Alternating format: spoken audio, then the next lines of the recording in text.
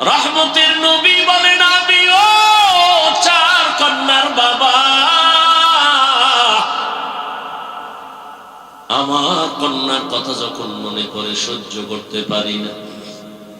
আমার কনিষ্ঠ কন্যা ফাতেমা, নবী কোথাও যদি যাইতেন সর্বশেষ ফাতেমার থেকে বিদায় নিয়ে যাইতেন। আবার দাওয়াতের কাজ শেষ করে যখন রহমতের নবী বাসায় ঢুকতেন, সবার আগে ফাতেমার ঘর দিয়া তারপরে নবী বাসায় যেতেন। একদিন নবী আসছে, তার নাতি হাসান হুসাইনের খবর নেই, ফাতেমার খবর নেই। আজ নবী ঘরের দরজায় সালাম দিছে, আসসালামু আলাইকুম ইয়া আহলাল বাইত।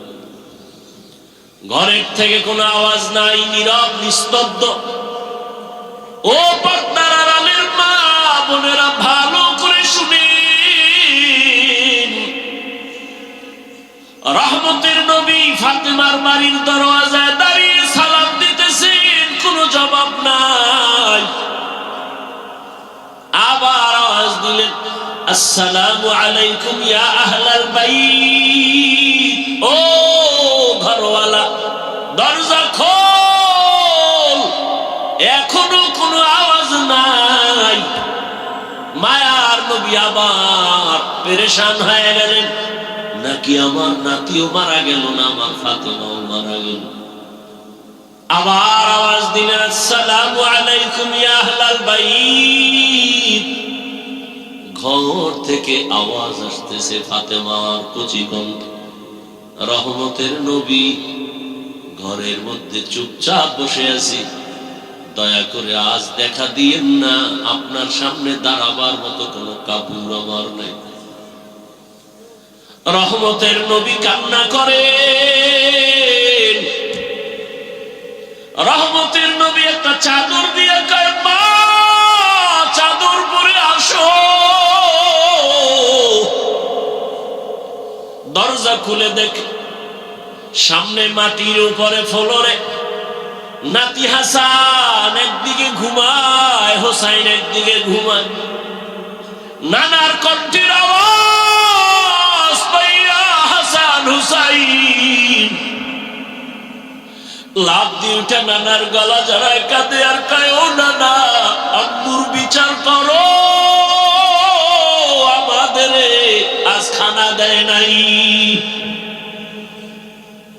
আমরা না খেয়ে কান্না করে করে মাটির মধ্যে পড়ে গেলাম। ফাতেমাও কাঁদে, হাসান কান্দে, নবীও কান্না করে। এমন করুণ হালাত। ফাতেমা রাদিয়াল্লাহু আনহা বলেন, রহমতের নবী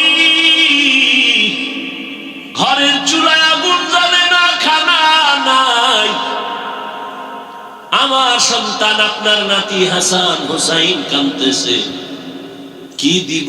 পাতিলার মধ্যে পাত্রে পানি গরম করে সান্ত্বনা দিয়েছি, একটু অপেক্ষা কর, খানা রেডি হবে তারপরে খাবে। ওরা কান্না করতে করতে মাটির মধ্যে ঘুমিয়ে পড়েছে। রহমতের নবী কান্না করে, নবী খেজুর বের করে দিলে, নেও খেজুর, আমি খাই, তোমরাও খাও। রহমতের নবীর বরকতি হাত মুবারকের খেজুর খেয়ে 3 দিন 4 দিনের ক্ষুধা জাগায় নিবারণ হয়ে গেল। কিন্তু যে অন্তরে নেফাকি, মুসলমানকে ধ্বংস করবে মুসলমান দিয়ে। আমাদের হুজুরের বিরুদ্ধে আওয়ামী লীগ বিএনপিরা কিচ্ছু করতে পারে না, ওদের সাহসী হয় না। সাহস যোগায় আমগো লাইনের কিছু টুপিওয়ালা মুনাফিক। আওয়ামী লীগের বাবার ক্ষমতা নাই একজন আলেমের বিরুদ্ধে চোখ উল্টায় কিছু বলবে। বিএনপির 14 পুরুষেরও ক্ষমতা নাই আলেমদের দিকে আঙ্গুল তুলবে। এই সাহসটা পাই মুনাফিকের কারণে, শুধু মুনাফিকের কারণে। তাবলীগ খারাপ এই কথা বলার সাহস পায় কেমনে? আর এক দল টুপিওয়ালা খারাপ বলে, ওই সুযোগেই অন্যরাও খারাপ বলে। না হয় যে আউযুবিল্লাহ বিসমিল্লাহ পারে না, নামাজ নাই, রোজা নাই, হালাল নাই, হারাম নাই, সে কোনোদিন তাবলীগের বিরুদ্ধে সাহস পাবে না কথা বলতে। কোন ইমামের বিরুদ্ধে কথা বলতে সাহস পাবে না, কোন আলেমের বিরুদ্ধে কথা বলার সাহস পাবে না। কিন্তু কই, আওয়ামী লীগেও তো আলেম আছে, ওলামা লীগ, বিএনপির মধ্যেও আলেম আছে, কি কর না কেন? ওলামা দল আছে না? সত্য কথা বলতে সমস্যা? এই কিছু তার ছাড়া মনে করে আমি আওয়ামী লীগের গাইল নিতেছি, বিএনপির গাইল নিতেছি, সাইজ করতেছি আঙ্গ জাতি বেইব, এর বুঝার মতো কোনো মেধা নাই। এরকম তার ছাড়া এখানে বহু বসা আছে। ফট করে কেউ হুজুরের রাজনীতির ওয়াজ করে, জুতা দিয়া কানের পর্দা ফাটায় দেওয়া উচিত। বেয়াদব কোথাকার।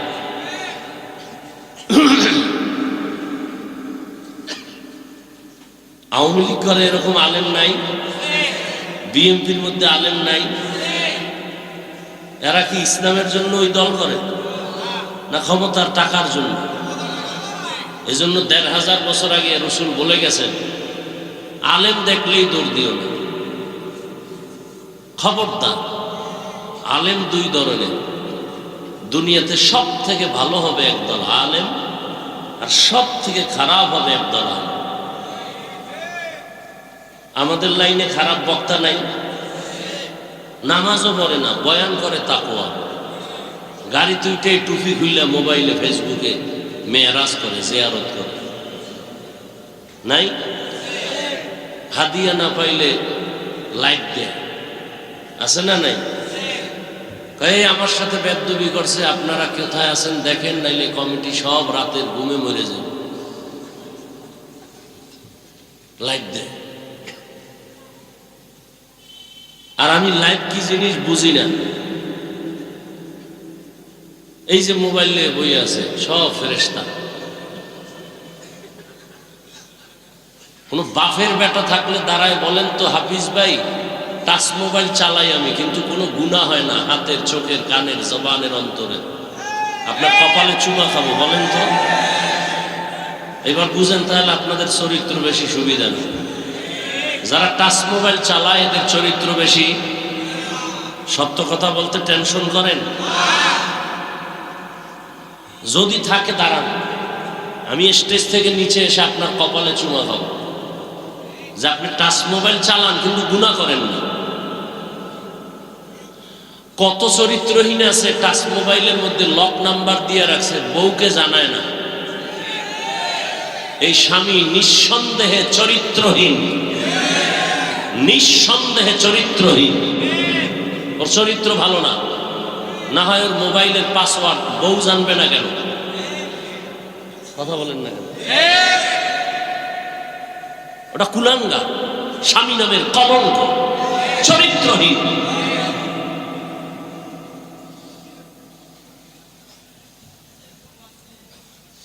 যেই স্ত্রী মোবাইলে লক নাম্বার রাখে, স্বামীকে জানতে দেয় না, ওই স্ত্রীটাও চরিত্রহীন। আল্লাহ হেদায়েত দান করুন। বসছেন বেহেশতের বাগানে, মোবাইলটা লইয়া করতেছেন কবিরা গুনাহ। বাহ, শান কপাল। হ্যাঁ, বসছেন বেহেশতের বাগানে। কেমন বাগান? রসুল বলেন বসার সাথে সাথে সব গুনাহ মাফ। কিন্তু সান কভাল্লারা মোবাইল নিয়ে ছবি উঠায়, করতেছে কবিরা গুনাহ, কবিরা গুনাহ, কবিরা গুনাহ। যারা মোবাইল নিয়ে ছবি তুলতেছে, পৃথিবীর কোন মুফতি সাহেবের বাবার ক্ষমতা নাই এই ছবি উঠানো হালাল বলার কোন সাহস আছে? স্পষ্টই ছবি তোলা হারাম, হাজার কোটিবার কবিরা গুনাহ হারাম।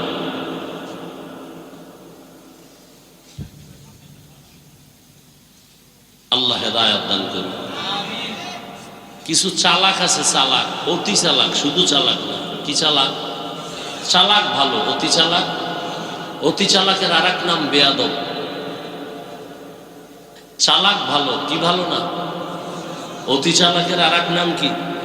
বেয়াদব। এরা বলবে, হাফিজ ভাই এত জোরে ফতুয়া দিলেন, এই যে এতগুলো ক্যামেরা বয়ে রয়েছে, এগুলো কিছু বল না, ও মনে করছে আমি বলদ, আমি এই প্রশ্নের উত্তর না যাই না বয়ানে বসছি।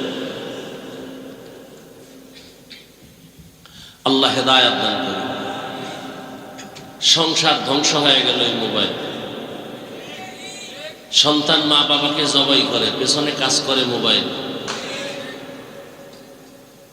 মা বাবা সন্তানকে হত্যা করে, ভাই ভাইকে জবাই করে, সহযোগিতায় কাজ করে কি মোবাইল। ছাত্রদের লেখাপড়া ধ্বংস কি কারণে? মোবাইল। চরিত্র শেষ, শারীরিক দুর্বলতা দিন দিন, হার্ট দুর্বল, চোখের পাওয়ার দুর্বল, কিডনি দুর্বল। কিসের কারণে?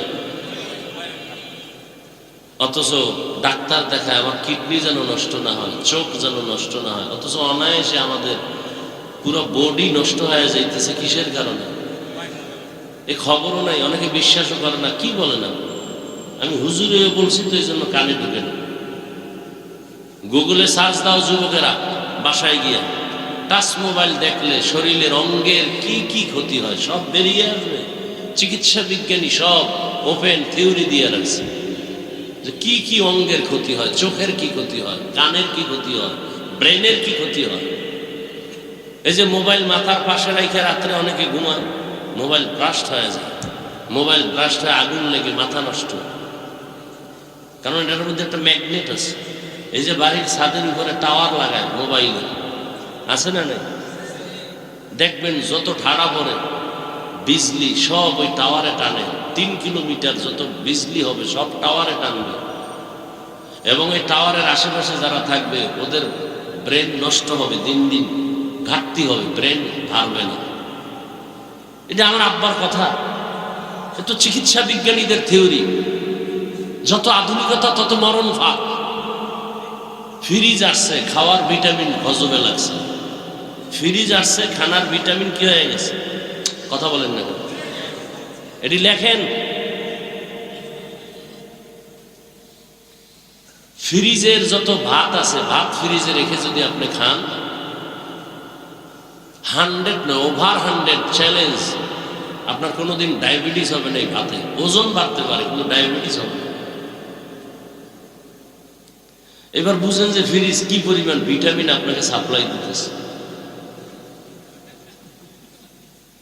ফ্রিজে ভাত রাখবেন, এটা যদি আপনি গরম করে খান বা ঠান্ডা খান, পেটও ভরবে কিন্তু কোনো ডায়াবেটিস হবে? আসতে বলেন কেন? কত পার্সেন্ট বললাম? ওভার 100 বলছি। শরীরে ওজন বাড়বে সেটা ভিন্ন বিষয়। খাইবেন আর বাথরুম বোঝাই করবেন, কাম করবেন না, তো ওজন বাড়বেই। রাইস কুকারে কারেন্টে ভাত রান্না, ভাত আছে না, ভিটামিনের গোষ্ঠীও নেই। মাছ, ইলিশ মাছ কত মজা, 1 মাস ফ্রিজে রাখেন না, কি মজা পান। আর এমনি তো আল্লাহর কুদরতে ইলিশের মজা নাই, আগের সেই ইলিশের ঘেরানো নাই, তেলও নেই। কি আছে? সব ইন্ডিয়ানরা লয়ে গেছে।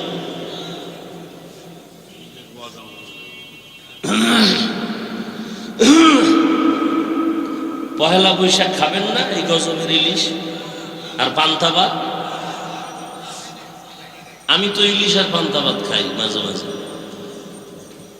ইলিশ পান্তার মজা আছে, অনেক মজা। বাকি পহেলা বৈশাখী খাইতে হবে, এটা গুনাহ। এটা কি গুনাহ?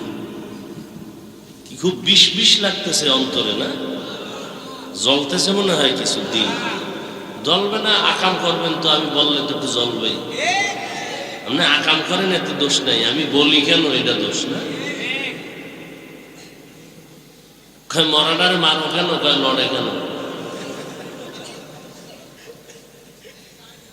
অন্তর এত নষ্ট হয়ে গেছে, ভালো কথা শুনতেও চায় না। চোখের চশমার আয়না কালো, এসে প্যান্ডেলে কয় বাতি কালো কেন? কেয়ামত আসলো নাকি? বলে তোর চোখের উপরে কেয়ামত আসছে, মাঠে আসে না। সমস্যা বাতির না চোখের?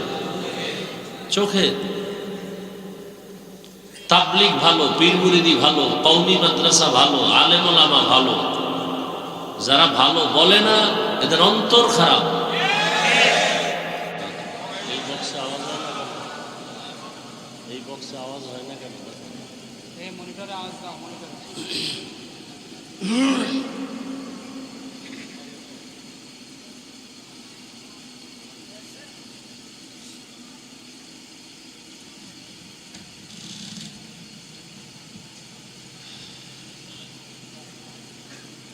দারুল উলুম ইমদাদিয়া কওমি মাদ্রাসা, সাউন্ড ঠিক করো।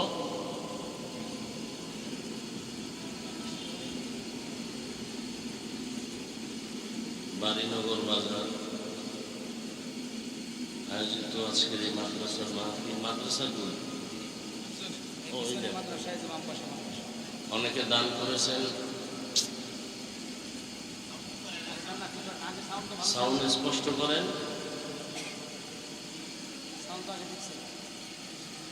আপনাদের কাছে ব্যাগ রুমাল নিয়ে যাবে, নগদ সবাই কিছু দেওয়ার চেষ্টা করি, 1000, 500, 100 যা পারি। যাদেরকে দায়িত্ব দেওয়া আছে ব্যাগ নিয়ে দ্রুত নামেন, ব্যাগওয়ালারা নামেন, চতুর্দিক থেকে নামেন। কেউ খালি ফিরাবো না ইনশাআল্লাহ। কম বেশি সবাই দেওয়ার চেষ্টা করি, আল্লাহ সবার দান কবুল করে।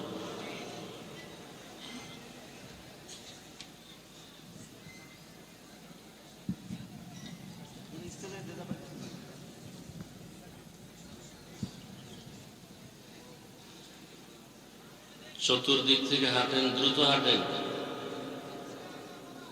রিভাব দাও, রিভাব, ইকো যেন না হয়।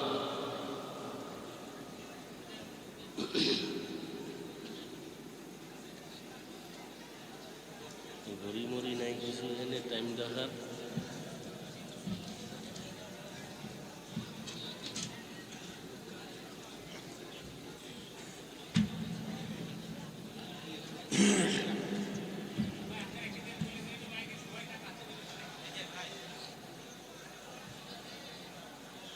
আওয়াজ না করি, ধৈর্যের সাথে সবাই বসি, কথা না বলি, সবাই দ্রুত দিয়ে দিই। আল্লাহ সবার দান কবুল করেন। দানের বরকতে হায়াতে ইজ্জতে রিজিকে বরকত বাড়ায় দেন। ইকো হয় কেন? সাউন্ডটা স্পষ্ট হয় না।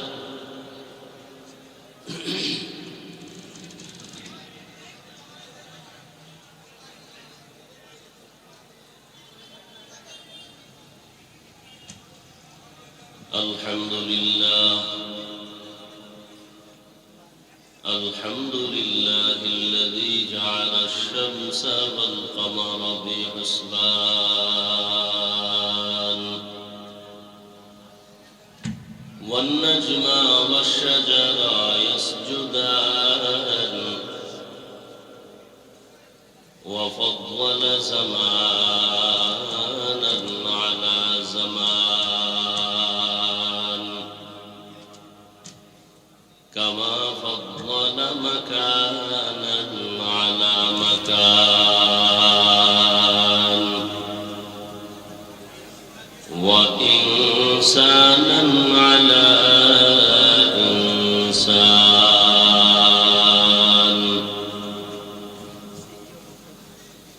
ونشهد أن لا إله إلا الله وحده لا شريك له لا ضد له ولا ند له ولا مثل له. ونشهد أن سيدنا وسندنا وحبيبنا وحبيب ربنا وطبيبنا وطبيب قلوبنا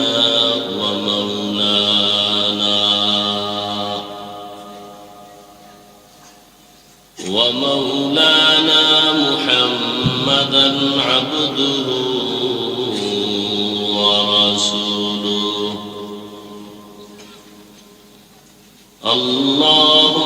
صل على محمد وعلى آل محمد كما صليت على إبراهيم وعلى آل إبراهيم إنك حميد مجيد.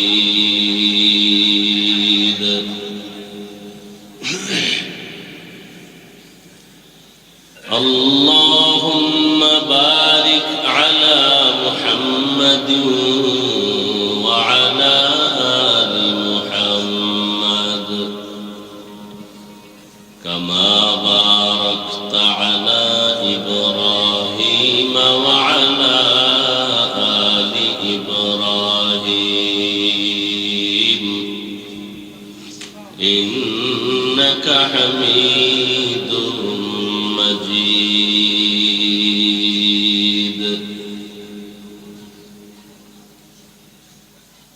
وبعد فأعوذ بالله من الشيطان الرجيم.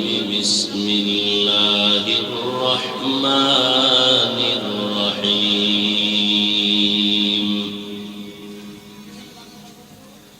الرحمن علم القرآن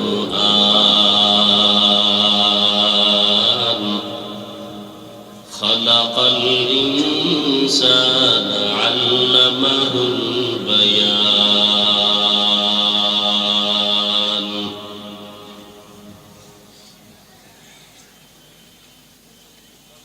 وقال النبي صلى الله عليه وآله وسلم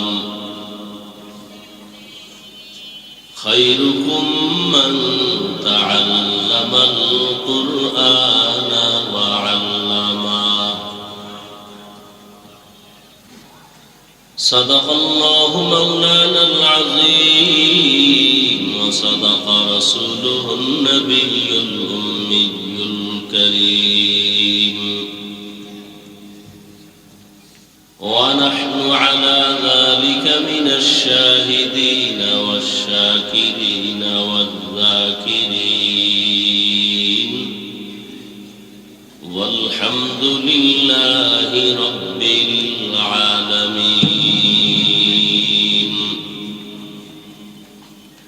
سبحانك لا علم لنا إلا ما علمتنا إنك أنت العليم الحكيم.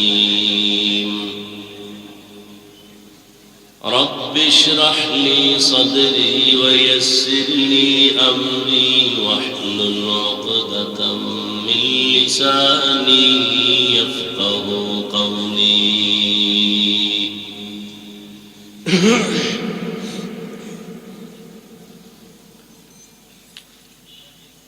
सूरज ने दिया अपनी शुआओं को ये पैगाम. सूरज ने दिया अपनी शुआओं को ये पैगाम. दुनिया है अजब चीज को भी सुबह को भी शाम. दुनिया है अजब चीज को भी सुबह को भी शाम. दुनिया में हो दुनिया का तलबगार नहीं हो. दुनिया में हो दुनिया का तलबगार नहीं हो. बाजार से गुजर हो खरीदार नहीं हो. बाजार से गुजर हो खरीदार नहीं हो.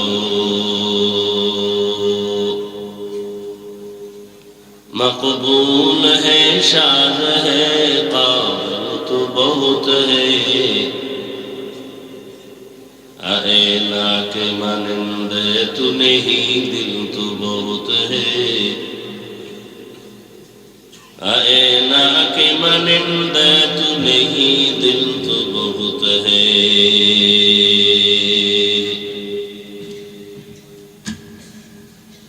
উপত্যকার মাহফিল 11 এপ্রিল 2026। সভাপতি জনাব শহীদুল ইসলাম শহীদ সাহেব, হযরত উলামায়ে কেরাম, বিভিন্ন জায়গা থেকে আগত আল্লাহ পাকের আশিকিন, জাকিরিন, শাকিরিন, মুহিব্বিন, মুরব্বিয়ান এজাম, কলিজার টুকরা আমার সমবয়সী যুবক বন্ধুগণ, স্নেহের ছোট ভাই, পর্দার আড়ালে মা বোনেরা,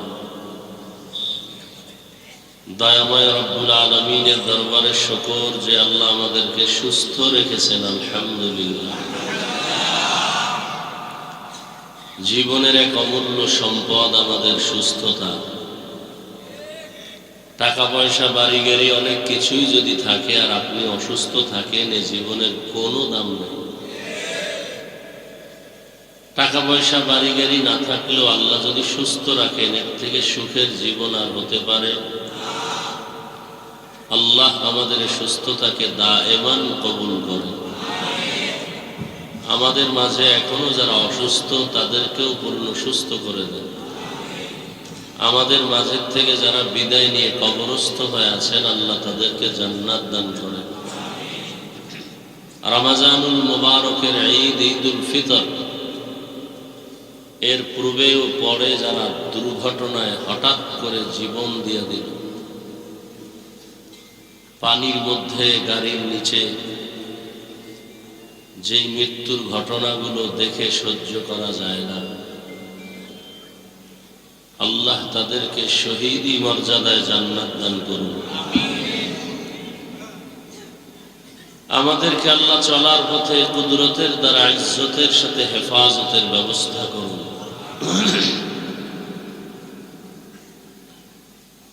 উলামায়ে হযরত আলোচনা করেছেন, আপনারা ধৈর্যের সাথে শুনছেন।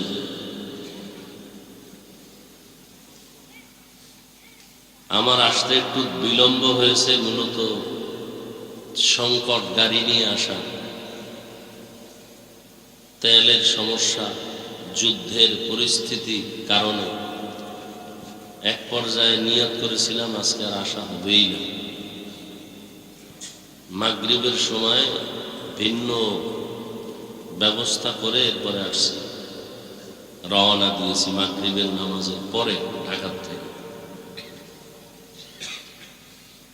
যদি গাড়ি না হতো তো আজকে আর আসতাম না।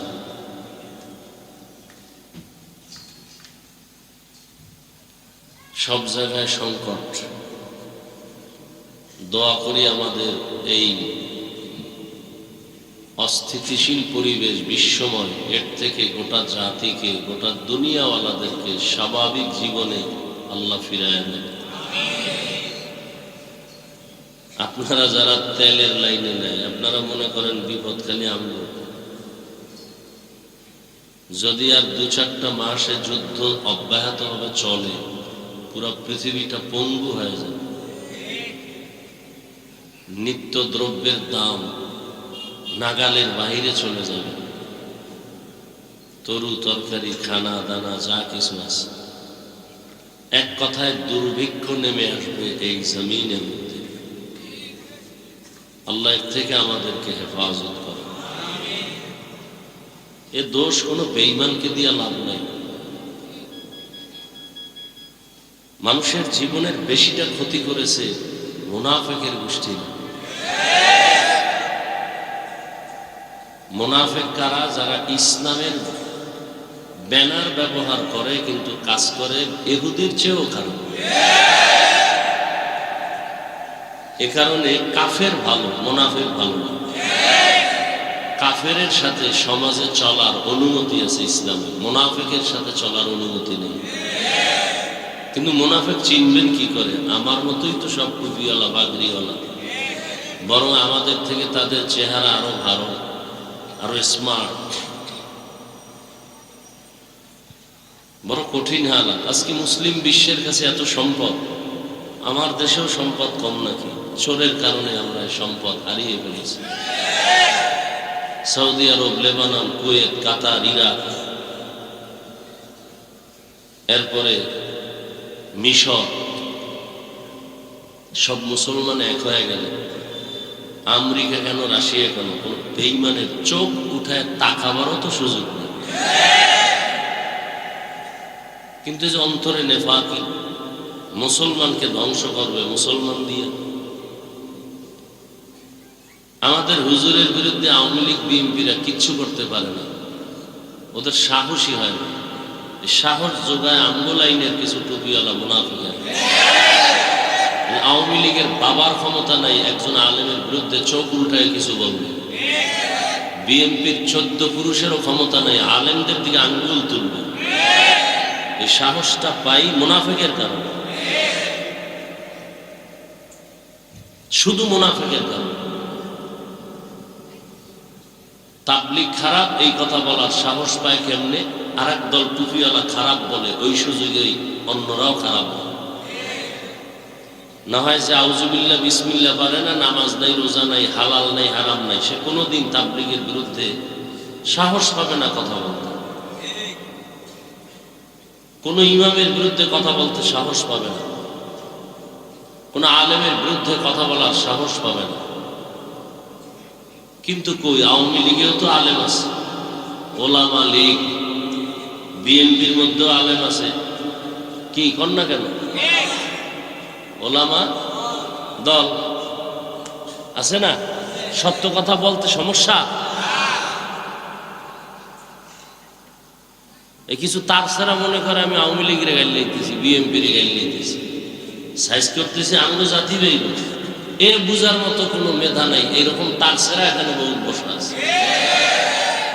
ফট করে কেউ হুজুরের রাজনীতির ওয়াজ করে, জুতা দিয়া কানের পর্দা ফাটায় দেওয়া উচিত। বেয়াদব কোথাকার।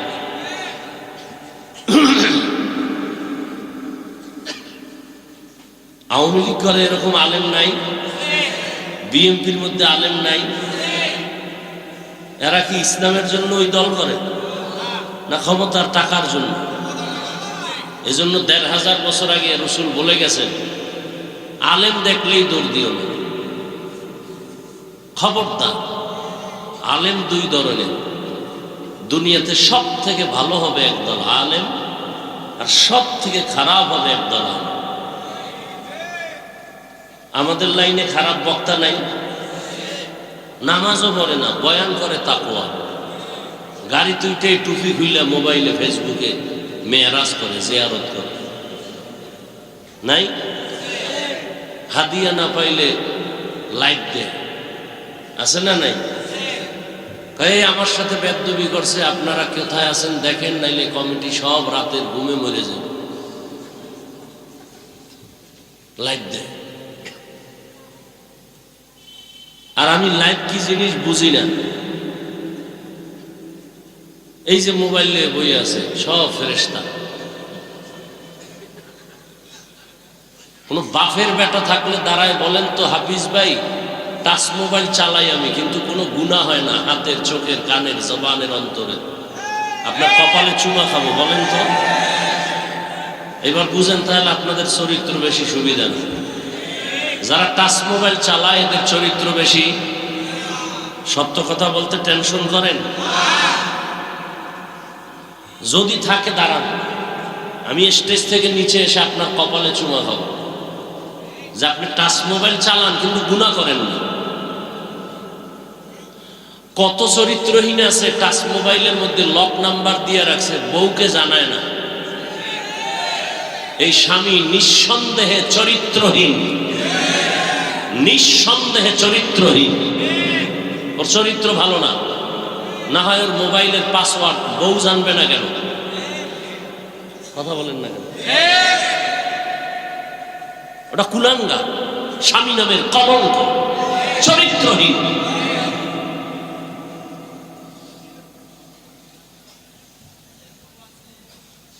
যেই স্ত্রী মোবাইলে লক নাম্বার রাখে, স্বামীকে জানতে দেয় না, ওই স্ত্রীটাও চরিত্রহীন। আল্লাহ হেদায়েত দান করুন। বসছেন বেহেশতের বাগানে, মোবাইলটা লইয়া করতেছেন কবিরা গুনাহ। বাহ, সাম কপাল। হ্যাঁ, বসছেন বেহেশতের বাগানে। কেমন বাগান?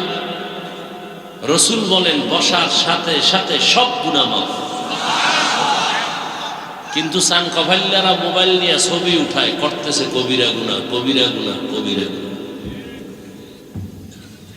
যারা মোবাইল নিয়ে ছবি তুলতেছে, পৃথিবীর কোন মুফতি সাহেবের বাবার ক্ষমতা নাই এই ছবি উঠানো হালাল বলার কোন সাহস আছে? স্পষ্টই ছবি তোলা হারাম, হাজার কোটিবার কবিরা গুনাহ হারাম।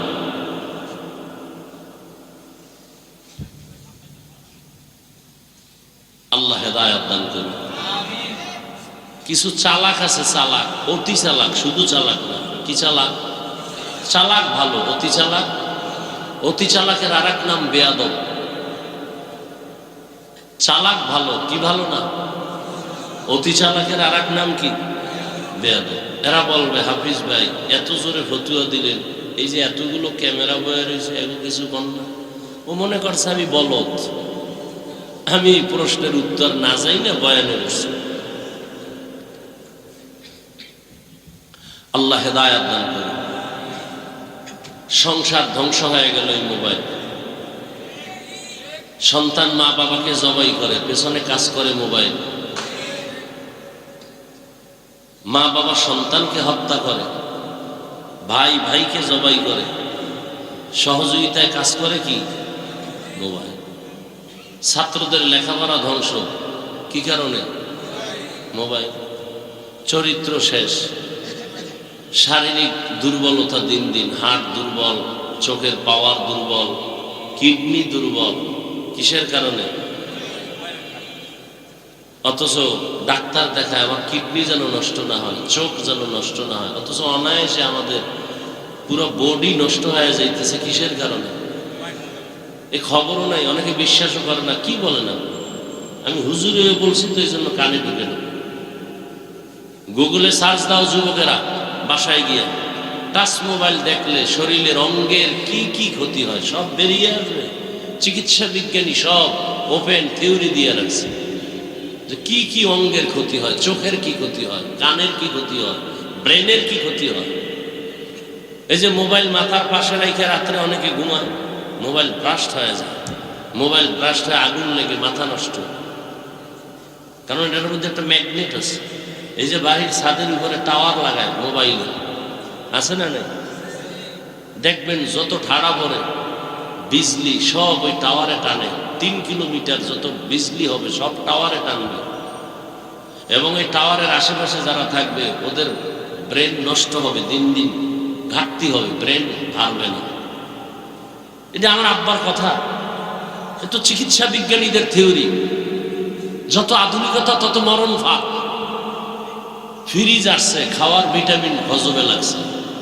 ফ্রিজ আসছে, খানার ভিটামিন কি হয়ে গেছে? কথা বলেন না কেন? এটি লেখেন। ফ্রিজের যত ভাত আছে, ভাত ফ্রিজে রেখে যদি আপনি খান, 100 না ওভার 100 চ্যালেঞ্জ, আপনার কোনোদিন ডায়াবেটিস হবে না। এই ভাতে ওজন বাড়তে পারে কিন্তু ডায়াবেটিস হবে না। এবার বুঝেন যে ফ্রিজ কি পরিমাণ ভিটামিন আপনাকে সাপ্লাই দিতেছে। ফ্রিজে ভাত রাখবেন, এটা যদি আপনি গরম করে খান বা ঠান্ডা খান, পেটও ভরবে কিন্তু কোনো ডায়াবেটিস হবে? আসতে বলেন কেন? কত পার্সেন্ট বললাম? ওভার 100 বলছে। শরীরে ওজন বাড়বে সেটা ভিন্ন বিষয়। খাইবেন আর বাথরুম বোঝাই করবেন, কাম করবেন না, তো ওজন বাড়বেই। রাইস কুকারে কারেন্টে ভাত রান্ধে, ভাত আছে না, ভিটামিনের পুষ্টিও নেই। মাছ, ইলিশ মাছ কত মজা, 1 মাস ফ্রিজে রাখেন না, কি মজা পান। আর এমনি তো আল্লাহর কুদরতে ইলিশের মজা নাই, আগের সেই ইলিশের ঘেরানো নাই, তেলও নাই। কি আছে? সব ইন্ডিয়ানরা লয়ে গেছে।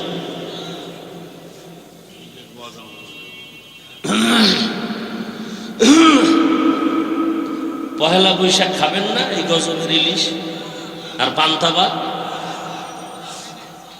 আমি তো ইলিশ আর পান্তা ভাত খাই মাঝে মাঝে। ইলিশ পান্তার মজা আছে, অনেক মজা। বাকি পহেলা বৈশাখী খাইতে হবে এটা গুনাহ। এটা কি গুনাহ। কি খুব বিষ বিষ লাগতেছে অন্তরে, না জ্বলতেছে মনে হয় কিছু দিন। জ্বলবে না, আকাম করবেন তো, আমি বললে তো একটু জ্বলবে। আপনি আকাম করেন এতে দোষ নাই, আমি বলি কেন এটা দোষ না। মরাডারে মারো কেন, কয় লড়ে কেন। অন্তর এত নষ্ট হয়ে গেছে, ভালো কথা শুনতেও চায় না। চোখের চশমার আয়না কালো, এসে প্যান্ডেলে কয় বাতি কালো কেন, কেয়ামত আসলো নাকি। বলে তোর চোখের উপরে কেয়ামত আসছে, মাঠে আসে না। সমস্যা বাতির না চোখের? চোখে। তাবলিগ ভালো, পীর মুরিদি ভালো, কওমি মাদ্রাসা ভালো, আলেম ওলামা ভালো, যারা ভালো বলে না এদের অন্তর খারাপ।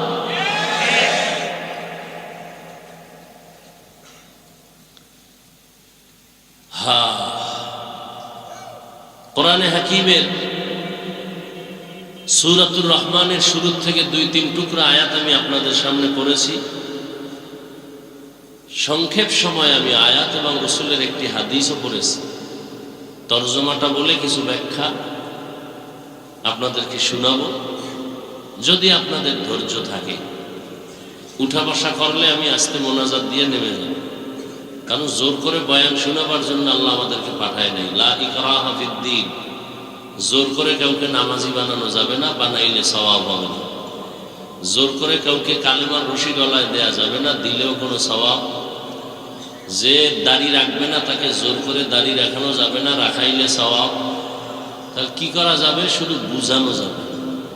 এই ওয়াজ মাহফিল শুধু বুঝাইতেছি, এটা করলে লাভ, এটা করলে ক্ষতি, এই বুঝিয়ে দিতেছি। তাবলীগ ওনাদেরও একই কাজ। তবে ভাষা হয়তো কারোটা একটু নরম, কারোটা গরম, মানুষ হিসাবে সেক্ষেত্রে ক্ষমা চাই। আল্লাহর কাছেও ক্ষমা চাই, আপনাদের কাছেও ক্ষমা চাই। মানুষ হতে পারি না, মানুষ হতে পারলে তো যারা মানুষ হয়েছিলেন এগুলো বয়ান লাগে না। চট্টগ্রামের পটিয়া থানা মেইন কেন্দ্রে একটি মাদ্রাসা আছে, বিশাল বড় জামিয়া ইসলামিয়া পটিয়া মাদ্রাসা। ওই মাদ্রাসার বাণী প্রতিষ্ঠাতা মুফতি আজিজুল হক রহমতুল্লাহ আলাইহি, এরা মানুষ ছিলেন। স্টেজে বসে নাহমাদুহু বললেই পুরো ময়দানের মধ্যে একটা কিয়ামতের আলামত শুরু হয়ে যায়। এরা ছিলেন মানুষ, এদেরকে দেখলেই জাহান্নামী মানুষগুলো জান্নাতের পথে আসার জন্য পাগল হয়ে যায়। আমরা মানুষ হইতে পারি না। বক্তা হয়েছি ঠিক, মাওলানা হয়েছি এটাও ঠিক, মানুষ হতে পারি না। মানুষ বড় ভিন্ন জিনিস। মানুষকে আবার বয়ান করবো কেন? দেখেন, আমরা মানুষ, মুসলমান, আপনার আমার আল্লাহ এক, নবী এক, কোরআন এক, কাবা এক, ধর্ম এক, কালেমা এক, কি না আলাদা? অথচ আমি দাড়ি রাখি, আপনি দাড়ি রাখতেই চান না। আপনিও মুসলমান, আমিও মুসলমান, আপনার আল্লাহ আমার আল্লাহ দুই না এক? তাহলে আপনাকে দাড়ির জন্য আলাদা বয়ান দিতে হবে কেন? টুপির জন্য বয়ান দিতে হবে কেন? সুন্নতের বয়ান দিতে হবে কেন? সুদের বিরুদ্ধে আপনাকে বুঝাতে হবে কেন? ঘুষের বিরুদ্ধে আপনাকে বয়ান করে বুঝাতে হবে কেন? ওই যে একটু আগে বলছি, আসলে মানুষ হতে পারেনি। যেই বয়ান আলেম ওলামারা, তাবলীগ ওয়ালারা, পীর সাহেবরা জুমার বয়ানে যেই পরিমাণ আপনাদের বয়ান করে, এর 1000 ভাগের 1 ভাগ বয়ান খালি হিন্দুদের করলে ওরা সব মদিনার আশেক হয়ে যায়। আর আপনি বয়ান শোনার পরে বিড়ি মোনাজাত দিয়ে গেছে, বিড়ি টানতে টানতে যাইতেছে। এরকম আছে না? নিমো খারাপ। কি বয়ান শুনলো? মোনাজাত দেওয়ার পরেই বিড়িতে, মোনাজাতে বোধহয় বিড়ি চাইছে। সুদের টাকায় ব্যবসা, বাহাদুরি ভাব, খায় হারাম, করে মায়ের আপন গর্ভধারিণী মায়ের সাথে জিনার গুনাহ, বাহাদুরি করে।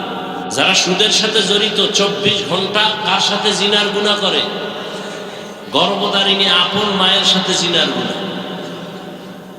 এই কথা বললে সুদখোরের মনে শান্তি না কষ্ট?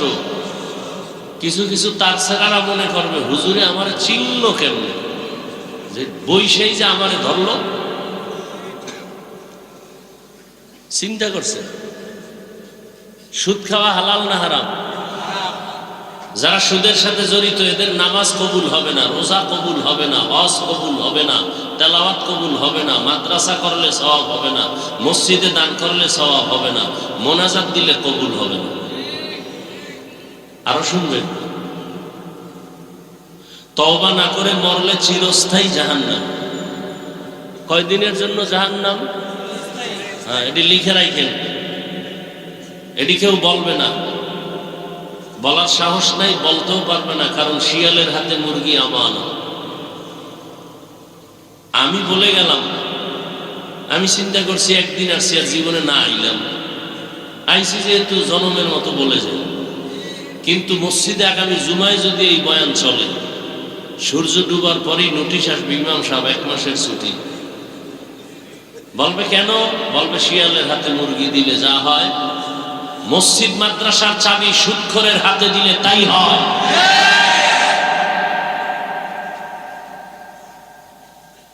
আল্লাহ হেদায়েত দান করুন। সুদখোরের মতো নিকৃষ্ট মানুষ দুনিয়াতে নাই। কয়েকটা সুদখোরের নাম লেখা ধান খেতে রাখলে ওই ধান খেতে আর পোকা আসে না। এবার বুঝেন ওরা কেমন দামি।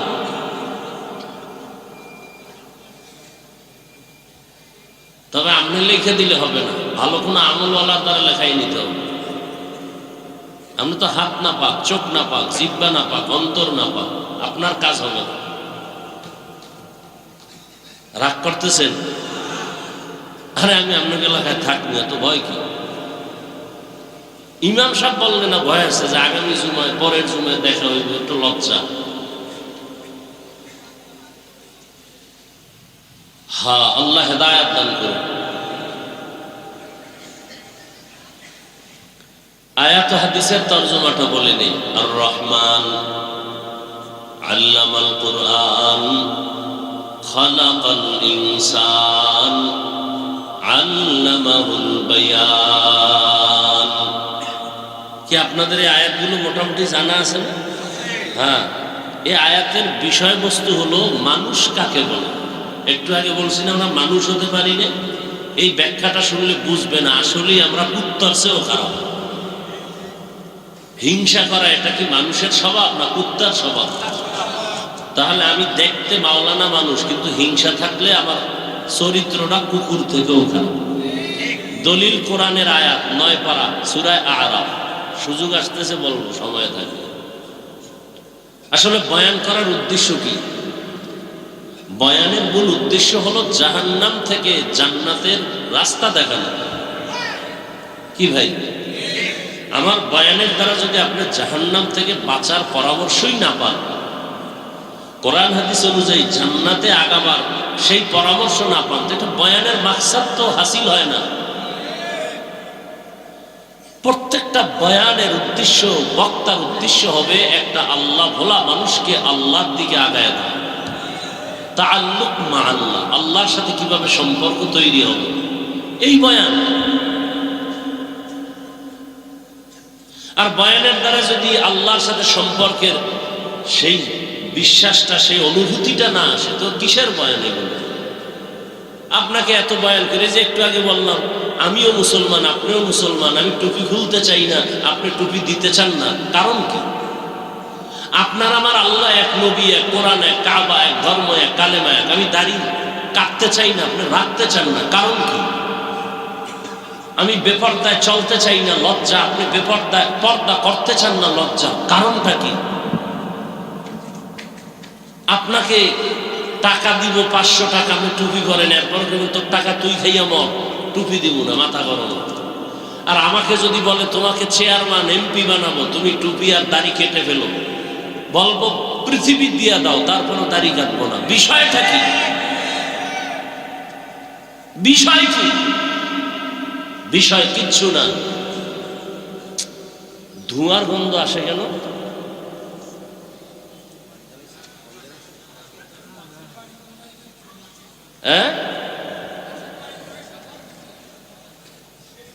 প্রচন্ড ধোঁয়ার আসতেছে, গন্ধ, বিড়ির গন্ধ না, ধোঁয়া ধোঁয়া ধোঁয়া, এটা কোথাও কিছু জ্বালাচ্ছে, মহা মুসিবত। আমাদের জন্য খুব ক্ষতিকর এই বিষয়গুলো। ওই আইসা ঢুকছি রুমে, একেবারে হুজুরে আসবে, একেবারে খুব মোহব্বত লাগে, এমন স্প্রে মারছে, 5 মিনিট গামছা দিয়া নাকটা আটকায় রাখছে, আবেগ, কঠিন ধোঁয়ার গন্ধ আসতেছে, অসহ্যকর অবস্থা, কঠিন অবস্থা, শ্বাস বন্ধ হয়ে যাওয়ার অবস্থা।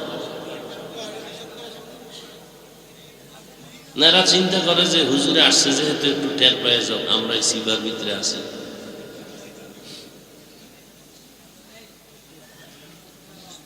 কতটা ক্ষতিকর এগুলো। ফ্যান দিলে দিতে হবে সামনে থেকে, সামনে থেকে এদিকে দিতে হবে, তাও আস্তে দিতে হবে, জোরে না। আবার তো আর এক মেশিন ছাড়লেন আওয়াজ দিয়ে, বন্ধ করেন।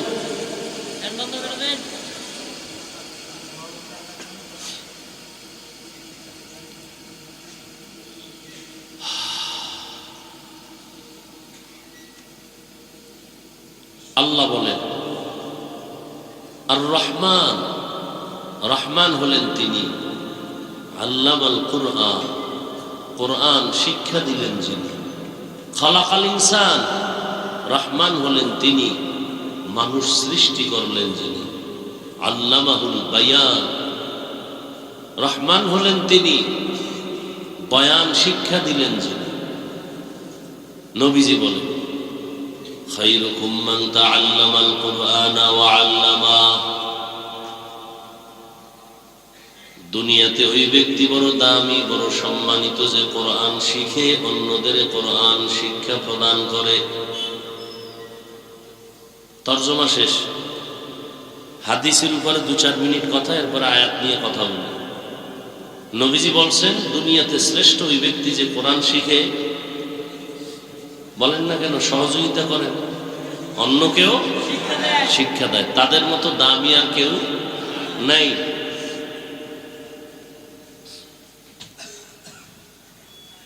এটার দ্বারা কি মাকসাদ, কি উদ্দেশ্য, কি খুব খেয়াল করুন। যেমন মাদ্রাসায় ওস্তাদ ছাত্রদেরকে ডাইরেক্ট পড়ায়, পড়ো আলিফ বা তা, এটা ডাইরেক্ট কোরআন শিখানো। এই ওস্তাদের যেমন মূল্য, ছাত্রের যেমন শ্রেষ্ঠত্বের মূল্য, ঠিক তেমনি ভাবে যারা কোরআনের ব্যাখ্যা শিখায়, যেমন এখানে কোরআন হাদিসের বয়ান হবে, আপনারা শিখবেন, আমরা 2-4টি কথা বলবো, এটাও ওই হাদিসের মিসদাক অনুযায়ী শ্রেষ্ঠ মজলিস। এ কারণে নবীজি কি বলছেন এই মজলিসটা সম্পর্কে? নবীজি বলেন যারা কোরআন ও হাদিসের মজলিসে বসবে আর উলামায়ে আহলে হকদের 2টি কথা কোরআন হাদিস থেকে শুনে 2-একটা মাসআলা মুখস্থ করবে, শিখবে, এক মাসআলার বরকতে 100 রাকাত নফল নামাজের সওয়াব পেয়ে যাবে। যদিও মজলিসে অনেকগুলো ইসলামের বিধিবিধান শিখতে পারে, নবীজি বলেন 1000 রাকাত নফল নামাজের সওয়াব পেয়ে যাবে। আরো কত বরকতের। এই যুবক, ঢুকলা কেন আর উঠো কেন? আমাদের ক্ষতি করার জন্যই আল্লাহ তোমাদের দুনিয়ায় পাঠাইছেন। জীবনে উপকার হবে না তোমাদের, হ্যাঁ, এইটাই কাম। শুরু করতে পারলাম না, ব্যারাম শুরু হয়ে গেছে। তাতে বৃষ্টি হয় ভালো ছিল, তুফান টুফান হয়ে যায় তো ঘুমাইতাম বাসায়। মানুষের কোনো নেয়ামতের কোনো কদর নেই।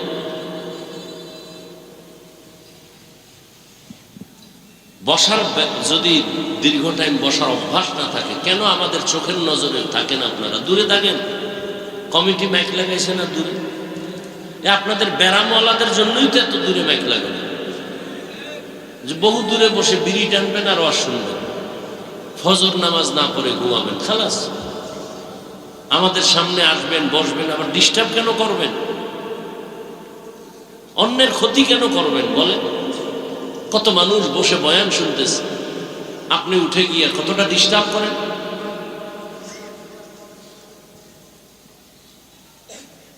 শেষ দোয়া পর্যন্ত আল্লাহ মাহফিলকে কবুল করেন। ঘর থেকে যখন বেরিয়েছে মানুষ, আপনারা দ্বীনের মজলিসে আসবেন, নবীজি কি বলছেন? প্রত্যেকের সাথে 70,000 রহমতের ফেরেশতাকে আল্লাহ কাফেলা বানায় দিয়েছে। কতক্ষণ তারা আছেন? ঘর পর্যন্ত পৌঁছা পর্যন্ত এরা কি করবেন? এরা শুধুই আপনাদের আমাদের জন্য আল্লাহর কাছে মাগফিরাত চাইবেন, আমাদের গুনাহ মাফ চাইবেন। শুধু কি তাই? এই যে একটা প্যান্ডেল এখানে জমিনে বসা, ঠিক এমন একটা মজলিস আরশে আজিমে আল্লাহ মিলায়া ফেরেশতাকে নিয়ে বসে। সেখানে কি আলোচনা করতেছে? আমরা এখানে আলোচনা করি আল্লাহর গুণগান, ওখানে আলোচনা হচ্ছে আমাদের গুণগান। আল্লাহ বলতেছেন এই মানুষগুলো বসলো কেন? অনেক বড় হাদিস। কেন আসছে এরা?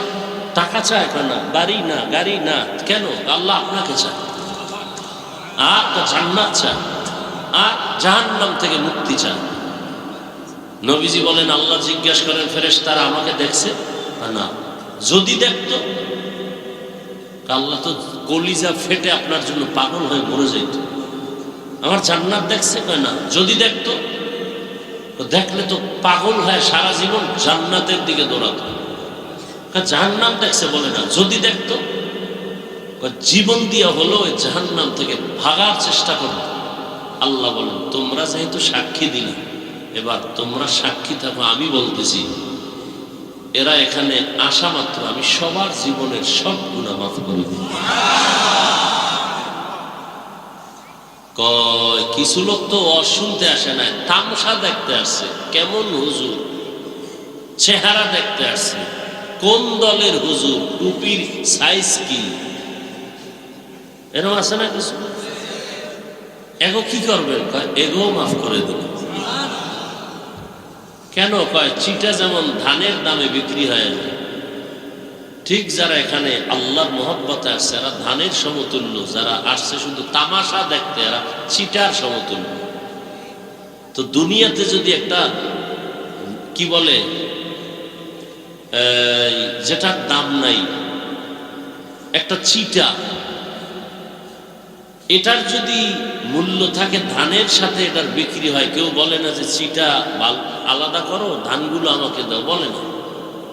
তাহলে দুনিয়ার মানুষ যদি এটাকে করতে পারে, তা আমি তো আরো দয়াময়।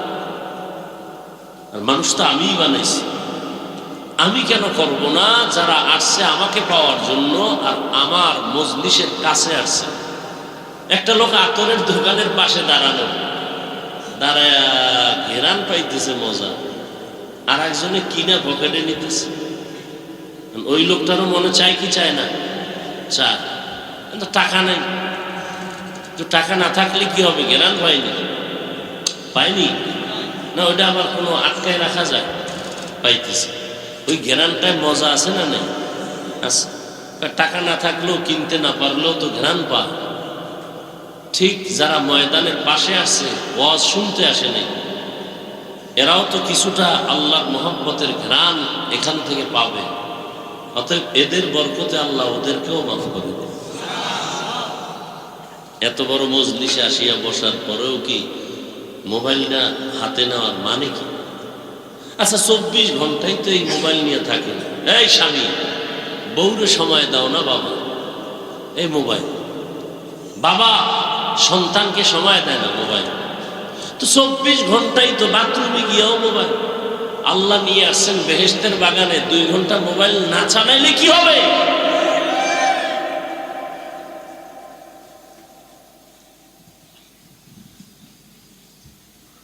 সবসময় তো মোবাইল নিয়ে থাকেন। বেহেশতের বাগানে 1-1.5 ঘন্টা মোবাইল হাতে না আনলে কি হবে? কি ক্ষতি হবে বলেন?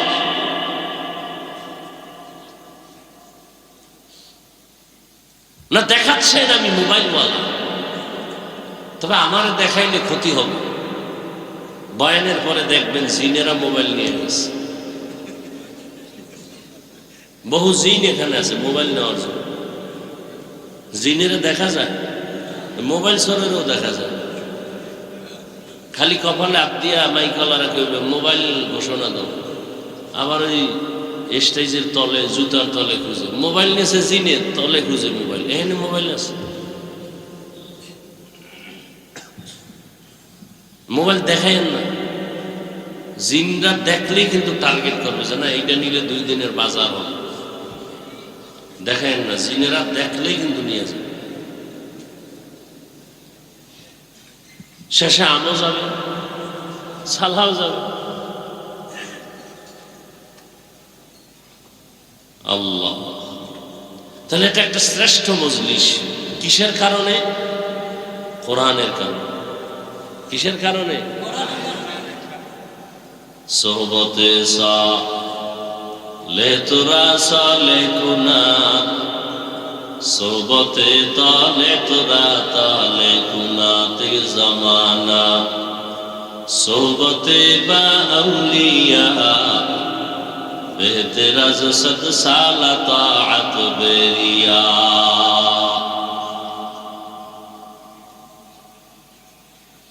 কোরআনের বরকতে এত সম্মান। কোন একজন আহলে হক উলামায়ে কেরামের কেউ দামি কোন বুজুর্গ, তাহাজ্জুদওয়ালা কোন আলেম কোন এলাকা দিয়ে যদি হেঁটে যায়, কোরআনের বরকতে আলেমের কারণে ওই এলাকার কবরের আযাব আল্লাহ মাফ করে দেন। নবীজিরে আর দেখা যাবে না, আর নবী আসবেন না আমাদেরকে কালেমার দাওয়াত দেওয়ার জন্য। নবী বলেন আমার জায়গায় আমার একদল নিরেট বন্ধু থাকবে, তারা হবে উলামা। ইন্নাল উলামা ওয়ারাসাতুল আম্বিয়া। উলামায়ে কেরাম আম্বিয়ায়ে কেরামের ওয়ারিস। এদের দাম কত জানো? এরা যতটা কদম দেয়, কদমে কদমে গুনাহ মাফ। সুবহানাল্লাহ। নূরের ফেরেশতারা ইলম ওয়ালাদের পায়ের নিচে তাদের পাখা বিছায়া দেন। হাত্তাল হিতানু ফিল মা, পানির মধ্যে যত মাছ আছে এগুলো কোরআনওয়ালা ইলম ওয়ালার জন্য অল টাইম দোয়া করে। ইলমের বরকত, ইলমেরা এজাজ করদান বেহিসাব, খালকেরা দাদান জওয়াবে বা সওয়াব, হক না দারত দোস্তে খালকা জারেরা, নিস্তে ই খসলত একে দিনদারেরা। একজনে আলেম না, কোরআন হাদিস জানে, সে যদি সারা রাত দাঁড়ায় দাঁড়ায় যায় নামাজে নামাজ পড়ে, আর একজন আহলে হক আলেম বিছানায় এশার নামাজ পড়ে ঘুমায়, সাধারণ মানুষের নামাজের ইবাদতের চেয়ে আলেমের ঘুমের মূল্য আল্লাহর কাছে বেশি।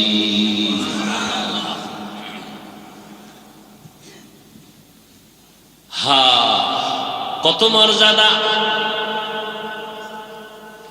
কিয়ামত পর্যন্ত এই জাতিকে জান্নাতের পথ দেখাবে একমাত্র উলামায়ে আহলে হক। আর কোনদিনে জমিনে আবু বকর, ওমর, ওসমান, আলী আসবেন না। বড় বড় আউলিয়া আব্দুল কাদের জিলানী, খাজা মুঈনুদ্দিন চিশতি আজমিরি, ইমাম গাযালী আর আসবেন না। ইমাম আবু হানিফা আসবেন না। ফাকিহুন ওয়াহিদুন, কি হাদিসটা কি? আসাদু ফাকিহুন ওয়াহিদুন, একজন ফকিহ কোরআন হাদিস রিসার্চ করে মাসআলা বের করেন। আসাদু আলা শাইতানি মিন আলফি আবেদ, 1000 আবেদ। কয় হাজার আবেদ? বুঝেন তো, খালি ইবাদত করে। কিন্তু এলেম নাই। 1000 আবেদের থেকেও একজন ফকিহ আল্লাহর কাছে দাম।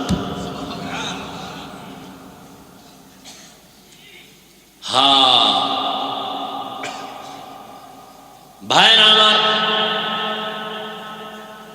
এই শ্রেষ্ঠ মজলিস পুরা চারপার্শ্ব থেকে নূরের ফেরেশতারা হাতে হাত লাগাইয়া আরশে আজিম পর্যন্ত তারা সিরিয়ালে দাঁড়ানো।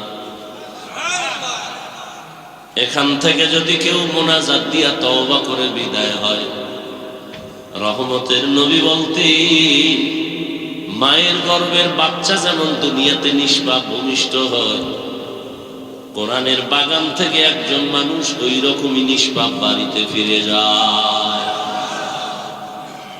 সোহবতে সালেহ তোরা সালেহ কুনাত, সোহবতে তালে তোরা তালে কুনাত।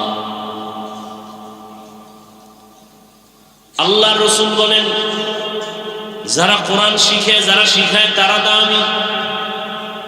শুধু তাই না, একজন আলেম কোরআনের হাফেজ এই মাদ্রাসায় পড়ে 5 ওয়াক্ত নামাজ বা জামাত আদায় করেন, কিন্তু গরীব, শীতের পোশাক কেনার টাকা নাই, বাবা খানার টাকা দিতে পারে না। এই ছেলেটা কোরআন পড়ে আর একজনে খানা দেয়, আছে না? মশারি কিনে দেয়, কিতাব কিনে দেয়, জামা কিনে দেয়। কত টাকাওয়ালা আছে বলে, একজন ইতিম সন্তানকে আমি আলেম বানানোর খরচটা মাসে মাসে দিব, দাও মাদ্রাসায় পড়াও। ওই কোরআনের হাফেজটা আলেম হইয়া আল্লাহ থেকে যে পুরস্কার পাবে, ওরে টাকা দিয়া খানা দিয়া সহযোগিতা করে যে আলেম বানানোর পেছনে সহযোগিতা করল, ওই একজন সহযোগী খানা খাওয়ানেওয়ালা হাসরের ময়দানে ওই হাফেজে কোরআনের সমপরিমাণ পুরস্কার পেয়ে জান্নাতে যাবে।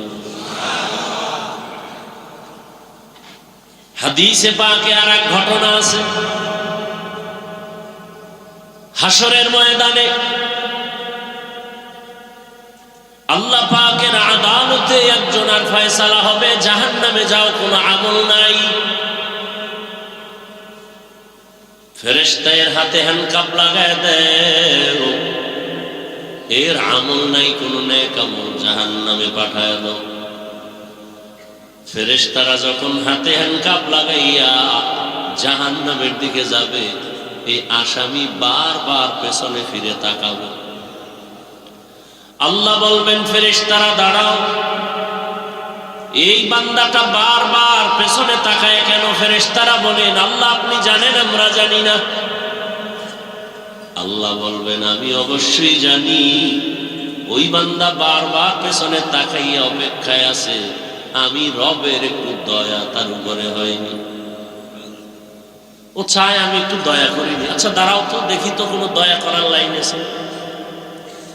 নবীজি বলেন, আল্লাহ বলবেন, ফেরেশতারা আমল নামাটা একটু তল্লাশি করো, দেখো কোনদিন কোরআন শিখছেনি। আমল নামা তল্লাশি দিয়ে দেখবে কোনদিন কোরআন হাতেও নেয় নাই। না, আল্লাহ নেয় নাই, কোরআনের সাথে সম্পর্ক নাই। আচ্ছা দেখো তো, কোরআন ওয়ালা যারা, তাদের সাথে একটু সম্পর্ক আসেনি দেখো, এমন একজনের সাথে মহব্বত আছে কিনা যে আলেম। ফেরেশতারা আমল নামা তল্লাশি করে দেখবে, এমন কোনো পরিচয় নাই, জীবনে আলেমের সাথে মুসাফাও করে নাই। আল্লাহ কইবে, এবার শেষবারে একটা ঝাড়া দাও। কি বলবে? দেখো এই বান্দার সাথে এমন কোন বন্ধু আছে, নিজে বন্ধুর সাথে আলেমের মহব্বত আছে। ফেরেশতারা তল্লাশি দিয়ে দেখবে, হ্যাঁ এই বান্দার একজন বন্ধু আছে, ওই বন্ধুর সাথে আলেমের সম্পর্ক। আল্লাহ বলেন, আজকে তো সুপ্রিম পাওয়ার নিয়ে আমি আল্লাহ বলছি, আমি রহিম নামের দরজা কইলা রাখছি, রহমান নামের দরজা দিয়া, ওই সূত্রে টান দিয়া আলেমের মহব্বতের সূত্রে আমি তাকে জান্নাতি বানায় দিলাম।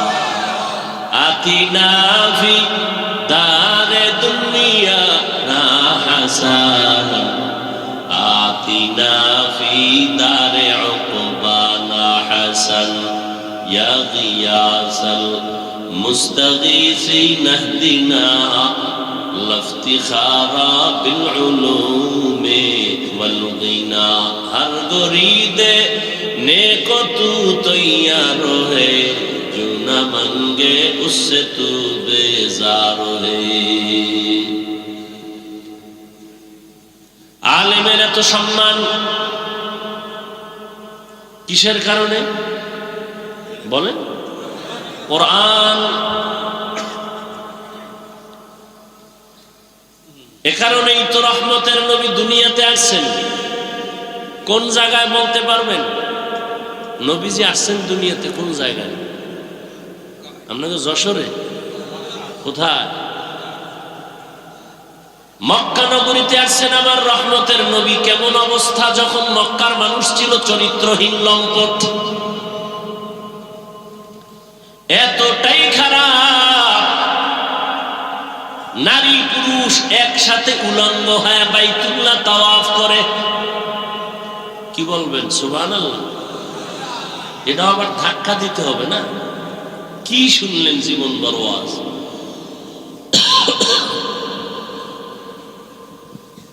এতটাই খারাপ ঘরে কোনো কন্যা সন্তান হলেই বাবার মাথা গরম মেরে গলা টিপে মেরে ফেলে নারী সমাজের বোঝা নারী দেখতে পছন্দ লাগে না কন্যা হলেই বাবার মাথা নত হয়ে যায় সমাজে মুখ দেখাবো কেমনে ছেলে হলে খুশি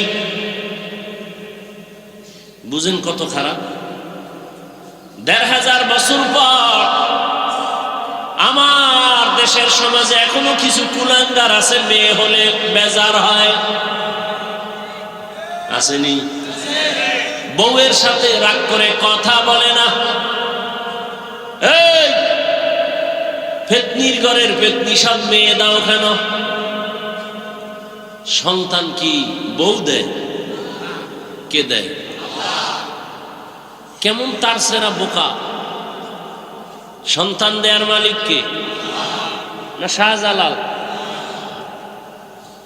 লিল্লাহি মুলকুস সামাওয়াতি ওয়াল আরদ ইয়াখলুকু মা ইয়াশা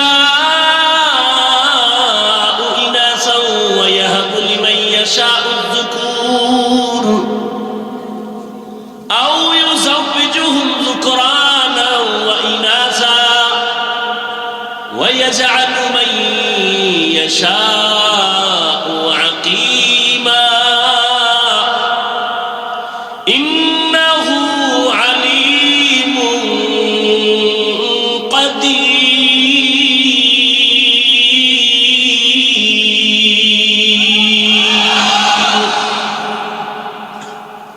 আসমান জমিনের মালিক কে খালি মানুষের পাওয়ারের মালিক জনগণ এটা আল্লাহর কাছে নাই হ্যাঁ যদি কেউ বলে সব ক্ষমতার মালিক জনগণ কে সব ক্ষমতার মালিক কে আহা أتعز من تشاء وتذل من تشاء بيدك الخير إنك على كل شيء قدير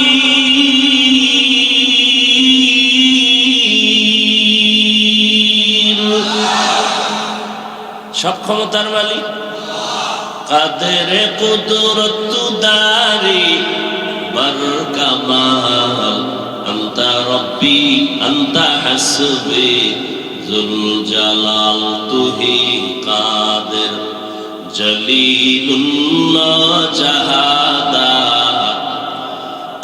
बहर हाल तू ही मेरा निगाहदार कष्ट হইতেছে না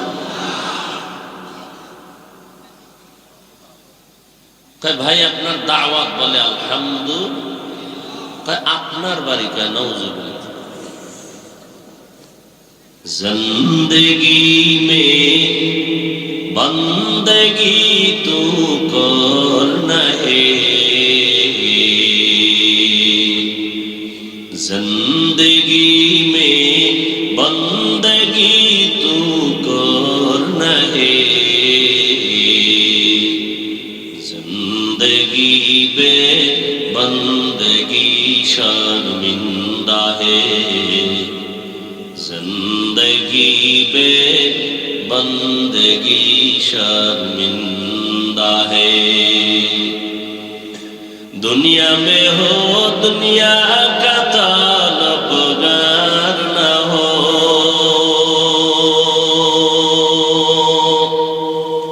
बाजार से गुजरो हो खरीदार न हो।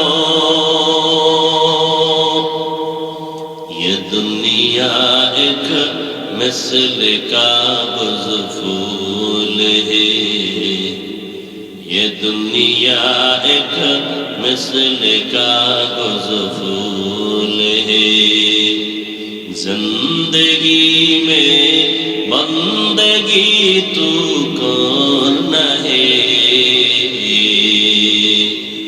जिंदगी में बंदगी शर्मिंदा है, जिंदगी में बंदगी शर्मिंदा है, जिंदगी में बंदगी कुन बंदगी, बंदगी बे जिंदगी शर्मिंदगी। আল্লাহ তাআলা বলেন, রহমতের নবীকে আমি হেদায়েতের বার্তা নিয়ে পাঠিয়ে দিলাম। মক্কার মানুষ এতটা খারাপ, কন্যা পছন্দ করে না, গলা টিপে মেরে ফেলে, কন্যা সমাজের বোঝা। অথচ আল্লাহ বলেন, সন্তান আমি দেই, কাউকে ছেলে দেই, কাউকে মেয়ে দেই, কাউকে দোনোটা দেই, কাউকে কোনোটাই দেই না। রহমতের নবী বলেন, আমার একটা ছেলেও নাই, আমি 4 কন্যার বাবা। ও দুনিয়ার কন্যার বাবারা, শুকর আদায় করিও। যদি একটা কন্যা পাও, শুকর আদায় করো, তুমি একটা জান্নাতের মালিক হয়ে গেছো। দুটো কন্যা যদি পাও, শুকর আদায় করিও, তুমি 2 জান্নাতের মালিক। কন্যা হলে লাভ না ক্ষতি? কন্যা ছেলে হলে লাভ, কামাই করে খাওয়াবে। কয়জনে যে খাওয়ায়, বিয়া করলেই নাই, বউ নাই, ছেলেও নাই। বিষয় কি কয়, ঘরে আনছে ডানা কাটা ভরি। কি কাটা ভরি? ডানা কাটা ভরি আনার পরই ঘরে কয়, তোর বাবার ডানা ভালো না, কেটে ফেল। তোর মায়ের ডানাও খারাপ, চল। কই যাবো? কয় যশোর শহরে ফেলাক ভাড়া ল। তোর মা বাবার ডানা ভালো না।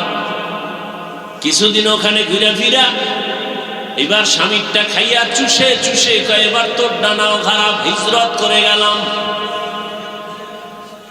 আছে না নাই? ডানা কাটা বুড়ি, এটার ব্যাখ্যা কি আমি বুঝি না। আল্লাহ হেদায়েত দান করুন। সন্তান দেওয়ার মালিক কে?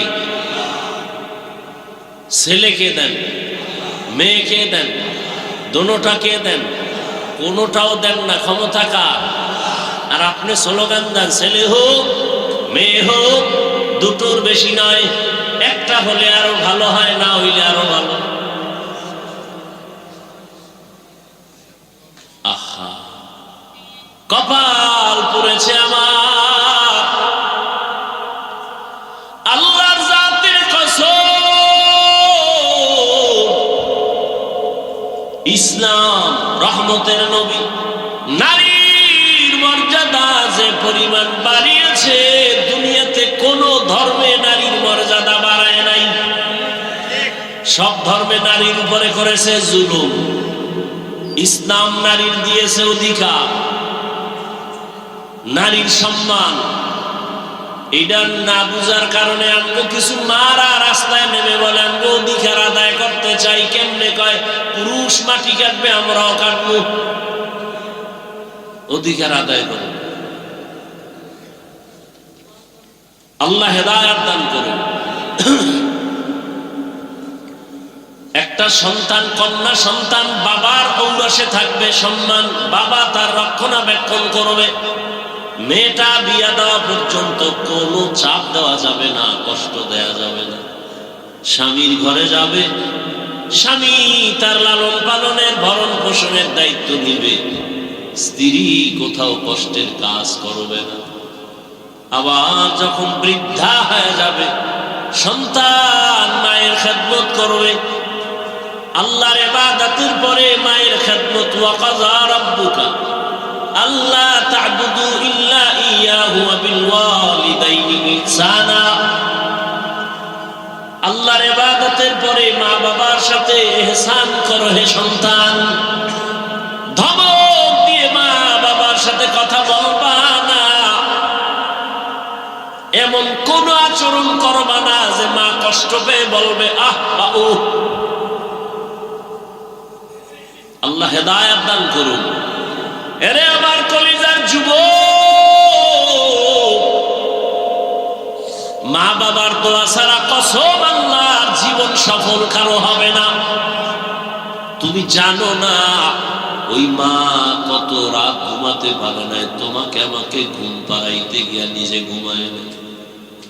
কি কষ্ট জীবনে মাকে দিয়েছো। মা বাবা শীতের দিন কষ্ট করেছে তুমি জানো। কত বাবা ছিল গরিব, মনে চাই ইলিশ মাছ দিয়া খানা খাবে, টাকার অভাবে মাছ কিনতে পারে নাই। মা ফল খাবে, টাকা নাই, কিনতে পারে না।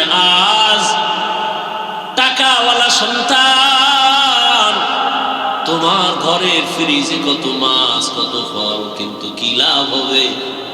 যারা আফসোস করেছে তারা সাদা কাপড়ের প্যাকেট হয়ে আছে। চাইলেও আর খাওয়াইতে পারবা? ওই মা বাবা যার বেঁচে আছে, এই রত্ন হারাইও না রে যুবক। ওই মা বাবার থেকে দোয়া নাও, কপাল খুলে যাবে। জাকির নায়ক একজন ডাক্তার, আর আমার দেশের তাসলিমা নাসরিনও একজন ডাক্তার। গোটা দুনিয়ার মানুষ জাকির নায়কের জন্য পাগল।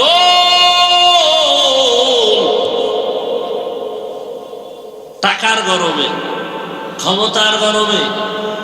আর তাসলিমা নাসরিনের জন্য মানুষ ধিক্কার জানায়। ও মইরা গেল, ওর লাশটা বাংলাদেশে আর হয় না। ভাইরা আমার,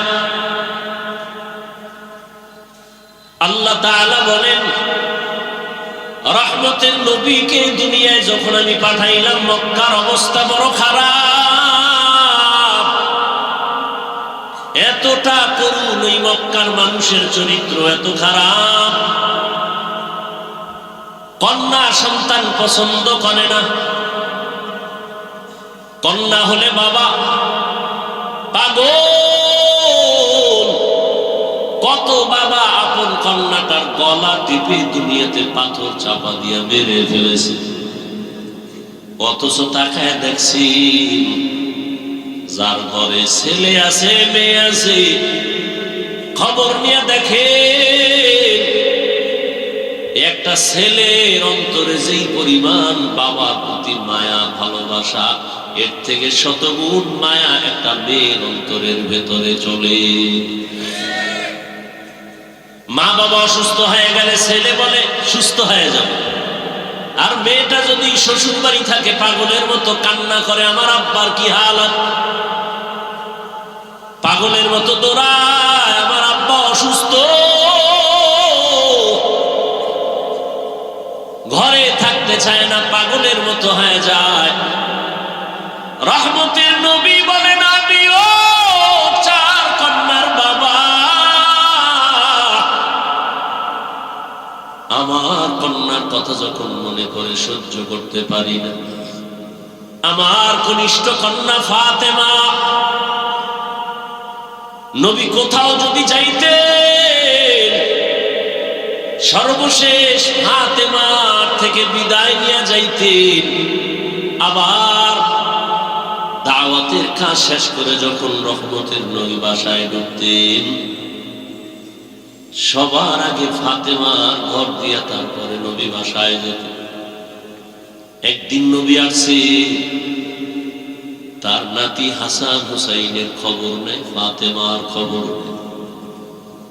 আজ নবী ঘরের দরজায় সালাম দিছে, আসসালামু আলাইকুম ইয়া আহলাল বাইত। ঘরের থেকে কোনো আওয়াজ নাই, নীরব নিস্তব্ধ। ও পর্দার আড়ালের মা বোনেরা, ভালো করে শুনেন, রহমতের নবী ফাতেমার বাড়ির দরওয়াজায় দাঁড়িয়ে সালাম দিতেছেন, কোনো জবাব নাই। আবার আওয়াজ দিলেন, আসসালামু আলাইকুম ইয়া আহলাল বাইত। ও ঘরওয়ালা, দরজা খোল। এখনো কোনো আওয়াজ নাই। মায়ার নবী আবার পেরেশান হয়ে গেলেন, নাকি আমার নাতিও মারা গেল, না আমার ফাতেমাও মারা গেল। আবার আওয়াজ দিলেন, আসসালামু আলাইকুম ইয়া আহলাল বাইত। ঘর থেকে আওয়াজ আসতেছে ফাতেমার কচি কণ্ঠ। রহমতের নবী, ঘরের মধ্যে চুপচাপ বসে আছি, দয়া করে আজ দেখা দিয়েন না, আপনার সামনে দাঁড়াবার মতো কোনো কাপড় আমার নাই। রহমতের নবী কান্না করে। রহমতের নবী একটা চাদর দিয়ে কয়, মা চাদর পরে আসো। দরজা খুলে দেখে সামনে মাটির উপরে ফ্লোরে নাতি হাসান একদিকে ঘুমায়, হোসাইন একদিকে ঘুমায়। নানার কণ্ঠের আওয়াজ পাইয়া হাসান হুসাইন লাফ দিয়ে উঠে নানার গলা জড়ায় কাঁদে আর কয়, ও নানা, আব্বুর বিচার করো, আমাদের আজ খানা দেয় নাই, আমরা না খেয়ে কান্না করে করে মাটির মধ্যে পড়ে গেলাম। ফাতেমাও কাঁদে, হাসান কান্দে, নবীও কান্না করে। এমন করুণ হালাত। ফাতেমা রাদিয়াল্লাহু আনহা বলেন, রহমতের নবী ঘরের চুলায় আগুন জ্বলে না, খানা নাই। আমার সন্তান আপনার নাতি হাসান হুসাইন কাঁদতেছে, কি দিব? পাতিলার মধ্যে পাত্রে পানি গরম করে সান্ত্বনা দিয়েছি, একটু অপেক্ষা কর, খানা রেডি হবে তারপরে খাবে। ওরা কান্না করতে করতে মাটির মধ্যে ঘুমিয়ে পড়েছে। রহমতের নবী কান্না করে, নবী খেজুর বের করে দিলে, নেও খেজুর, আমি খাই, তোমরাও খাও। রহমতের নবীর বরকতি হাত মুবারকের খেজুর খেয়ে 3 দিন 4 দিনের ক্ষুধা জাগায় নিবারণ হয়ে গেল।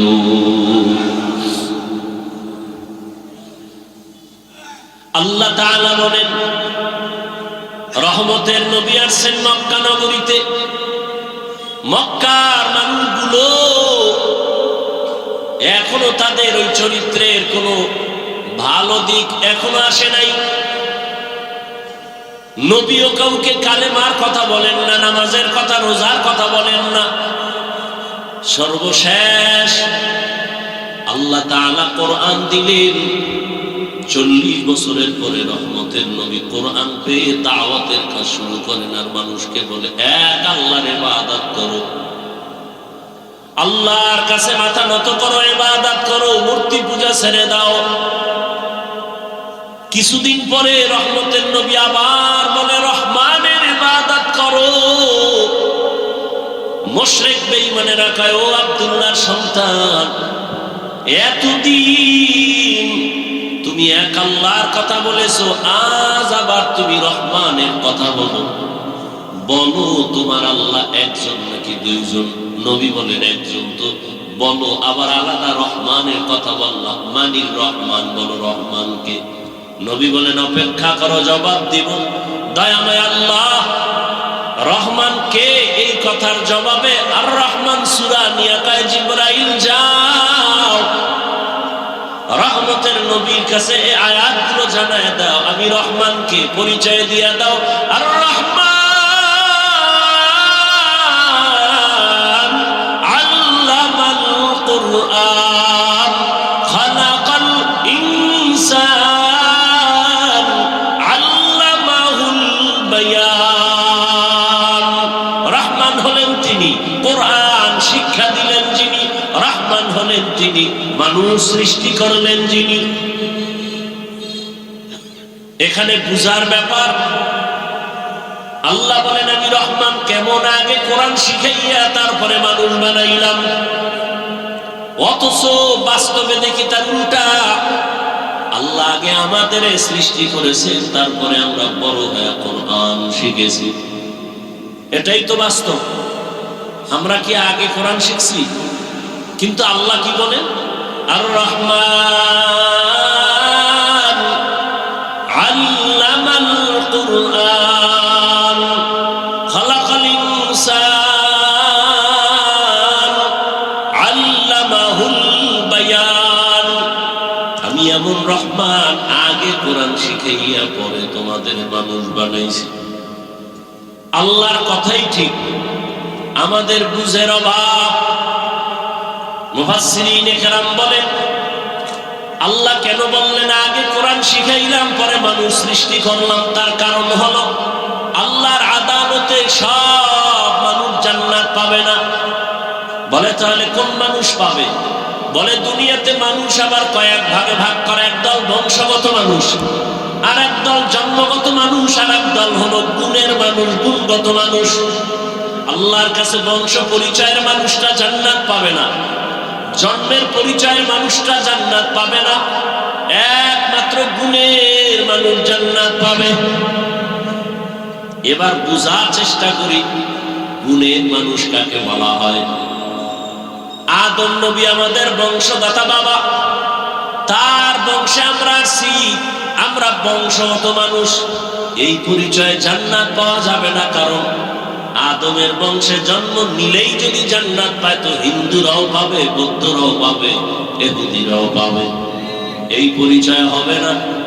আমার বাবার ঔরসে আমার জন্ম, আমি জন্মসূত্রে সন্তান, এই পরিচয়ে জান্নাত পাওয়া যাবে না। একমাত্র গুণগত মানুষগুলো জান্নাত পাবে। গুণের মানুষ বুঝার জন্য একটা মূলনীতি মনে রাখবেন। দুনিয়াতে যত বস্তু বানায়, বানানেওয়ালারা এমনি বানায় না, কোনো কাজের জন্য। যেমন আমি মাউথ নিয়ে কথা বলি, মেশিনে টাইনা হরেন থেকে কথাটা অনেক দূরে ভাষায় দিতেছে। এক কথায় মাইকওয়ালা মাইক যখন বানাইছে, কি কাজের জন্য? বলে আওয়াজটা দূরে নেওয়ার জন্য। কথা ঠিক না? আজীবন মনে রাখবেন, যেই বস্তুটা যেই কাজের জন্য বানায় ওই কাজটাই হলো ওই বস্তুর গুণ। বলেন তো মাইকের গুণ কি? আওয়াজ দেওয়া। বাতিওয়ালা বাতি বানাইছে কেন? আলো দেওয়ার জন্য। তাহলে বাতির গুণ কি? আলো দেওয়া। পাখাওয়ালা পাখা বানায় কেন? বাতাস দেওয়ার জন্য। পাখার গুণ কি? বাতাস দেয়া। মাইক যদি আওয়াজ না দেয় বলবে এটাকে ভেঙে ফেলে দাও, এটা গুণের মাইক না। বাতি যদি আলো না দেয় বলবে এটা ফেলে দাও, এটা গুণের বাতি না। এবার আমাকে জবাব দেয়, দয়াময় রব্বুল আলামিন মানুষ কেন বানাইছেন? কি বিড়ি টানার জন্য? আলেমরে গালি দেওয়ার জন্য? মা বাবার সাথে বেয়াদবি করার জন্য? কেন বানাইছেন? ওয়ামা খালাকতুল জিন্না ওয়াল ইনসা ইল্লা লিয়াবুদুন।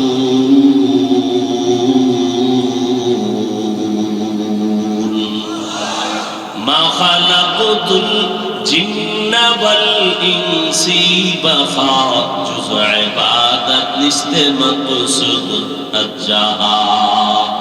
দয়াময় আল্লাহ মানুষ বানাইছেন ইবাদতের জন্য। কোন কাজের জন্য? ইবাদত। অতএব মানুষের গুণের নাম হলো ইবাদত। আল্লাহ ইবাদতের জন্য মানুষ বানিয়েছে।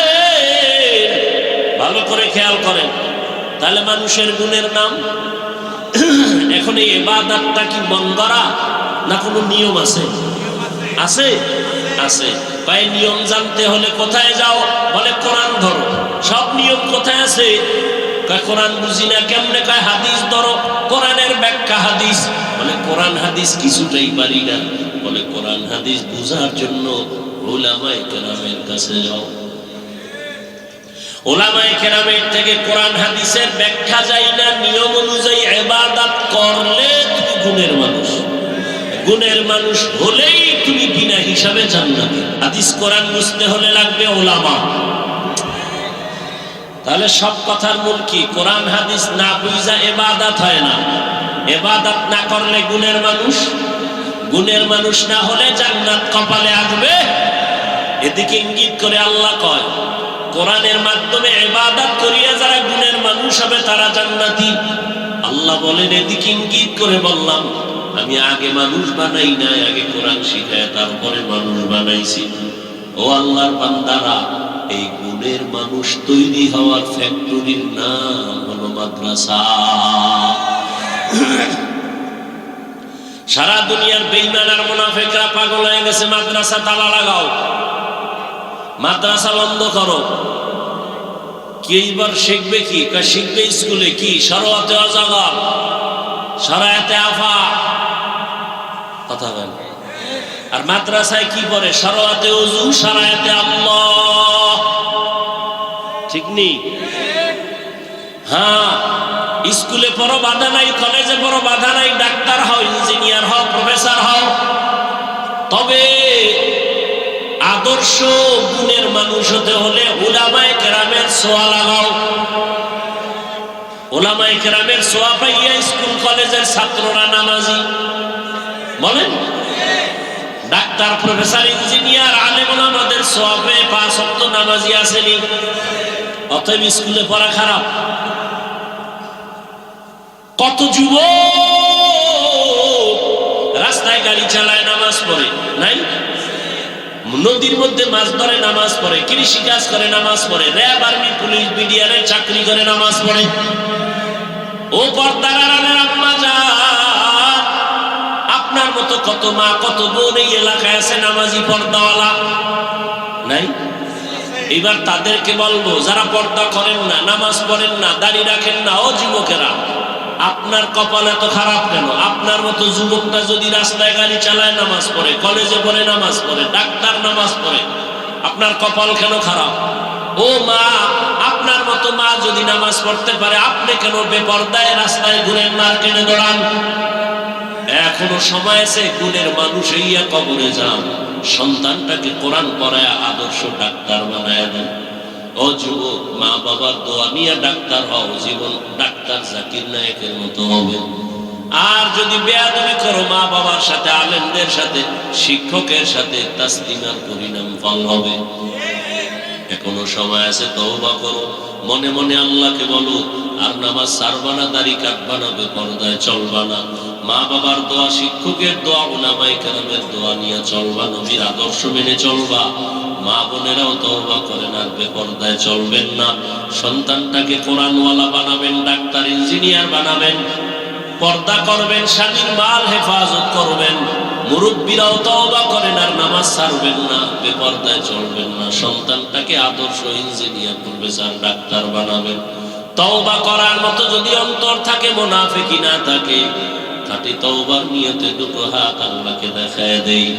আয় আল্লাহ, হাতগুলো কবুল করে নেন, তওবা কবুল করে নেন, তওবার উপরে মজবুত হয়ে চলার তৌফিক দান করেন। আমিন। আলহামদুলিল্লাহি রাব্বিল আলামিন, والصلاة والسلام على سيد الأنبياء والمرسلين وعلى آله وأصحابه أجمعين. يا أرحم الراحمين، يا أرحم الراحمين، يا أرحم الراحمين، رب ارحمهما كما ربياني صغيرا. اللهم إنك عفو كريم تحب العفو فاعف عنا اللهم إنا نسألك رضاك والجنة ونعوذ بك من سخطك والنار اللهم إنا نعوذ بك من البرص والجنون والجذام وسيء الأسقام رب العالمين মেহেরবানি করে আপনি আমাদেরকে মাফ করে দেন উলামায়ে কেরামদের কবুল করে নেন মুরব্বী হাজী সাহেব ব্যবসায়ী চাকরিজীবীদের কবুল করে নেন যুবক ছাত্রদের কবুল করে নেন পর্দার আড়ালের মা বোনদের কবুল করে নেন মাদ্রাসা কবুল করে নেন এলাকাবাসীকে কবুল করে নেন আয় আল্লাহ গুনাহমুক্ত তওবাওয়ালা জীবন দান করেন আয় আল্লাহ আয়োজনকারী সহযোগিতাকারী দান সদকাকারীদের কবুল করে নেন এলাকার ঘরে ঘরে শান্তি দান করেন আমার কলিজার যুবকদের 5 ওয়াক্ত নামাজি কোরআন পড়নেওয়ালা বানায় দেন মোবাইলের গুনাহ থেকে আমাদের হেফাজত করেন লেখাপড়া যারা করে পরীক্ষার্থী কামিয়াবি দান করেন সারা দুনিয়ার মানুষকে আপনি শান্তি দান করেন যুদ্ধরত অবস্থা থেকে জাতিকে স্বাভাবিক জীবনে ফিরায় দেন আল্লাহ প্রবাসের জীবনে যারা আছে ব্যবসা চাকরিতে বরকত বাড়ায় দেন হেফাজত করেন বাংলাদেশ শান্তির দেশ বানায় দেন আয় আল্লাহ দেশ ও দ্বীনের জন্য যারা জীবন দিল তাদের মাফ করে দেন এখনো যারা চেষ্টা করে কবুল করে নেন দয়াময় আল্লাহ যারা চাকরি করে ব্যবসা করে রুজিতে বরকত বাড়ায় দেন হারাম থেকে হেফাজত করেন অভাব দূর করে দেন ঋণ আদায়ের ব্যবস্থা করে দেন আল্লাহ মা বোনদের কবুল করে আবেদা পর্দাওয়ালা বানায় দেন আয় আল্লাহ দাম্পত্য জীবন সুখময় করে দেন আয় আল্লাহ আমাদের আদবওয়ালা বিনয়ী বানায় দেন বেয়াদবির থেকে হেফাজত করেন আয় আল্লাহ মাদ্রাসা মসজিদ সহ সমস্ত শিক্ষা প্রতিষ্ঠান নবীর আদর্শে কবুল করে নেন আয় আল্লাহ ইলম ও হিলম ও হিকমত আমলে বরকত বাড়ায় দেন উলামা তোলাবা উম্মতের অন্তরে ইজ্জত মুহাব্বত রব বাড়ায় দেন সামিঈন নাযিরিনদের অন্তরে ইজ্জত মুহাব্বত রব বাড়ায় দেন আয় আল্লাহ ইজ্জতের সাথে সারা দুনিয়ায় খিদমতের জন্য কবুল করে নেন পরমুখাপেক্ষিক থেকে হেফাজত করেন নবীজির সুন্নাত ওয়ালা ইজ্জতের জীবন দান করেন নবীজির রওজা মুবারক বাইতুল্লাহ জিয়ারতের জন্য কবুল করে নেন মুখালিফের মুওয়াফিক বানায় দেন জাহিরি বাতিনি দুশমনের মোকাবেলায় বিজয় দান করেন আয় আল্লাহ সাবিরিন শাকিরিন যাকিরিনদের অন্তর্ভুক্ত বানায় দেন আয় আল্লাহ আমানতের যথাযথ হক আদায়ের তৌফিক দান করেন আয় আল্লাহ মাদ্রাসার খেদমত করে আসাতেজায়ে কেরাম তালিবুল ইলমদের আমানতদার মুখলিস বিনয়ী বানায় দেন দায়ী ভাবে যা প্রয়োজন কুদরতের দ্বারা ব্যবস্থা করে দেন আয় আল্লাহ মেহেরবানি করে নবীজির রওজা বাইতুল্লাহ জিয়ারতের জন্য কবুল করে নেন আয় আল্লাহ আমরা যারা হাত তুলেছি জানি না কারা ইয়াতীম বাবা নাই অনেকের মা নাই মেহেরবানি করে সবার কবর জান্নাত বানায় দেন যারা বেঁচে আছেন হায়াত বাড়ায় দেন অসুস্থ যারা কুদরতের দ্বারা সুস্থ করে দেন আওয়াজে কথায় রুহানিয়াতে স্পষ্টতা রূপ বাড়ায় দেন আয় আল্লাহ চলার পথে ইজ্জতের সাথে হেফাজত করেন আমাদের জানমাল স্ত্রী পরিবার সন্তান কুদরতের দ্বারা হেফাজত করেন আয় আল্লাহ দীর্ঘ নেক হায়াত দান করেন নবীজির মুহাব্বতে আমাদের দোয়া কবুল করে নেন সাল্লাল্লাহু তাআলা আলা খাইরি খালকিহি মুহাম্মাদ ওয়া আলিহি ওয়া আসহাবিহি আজমাইন বিরহমাতিকা ইয়া আরহামার রাহিমিন।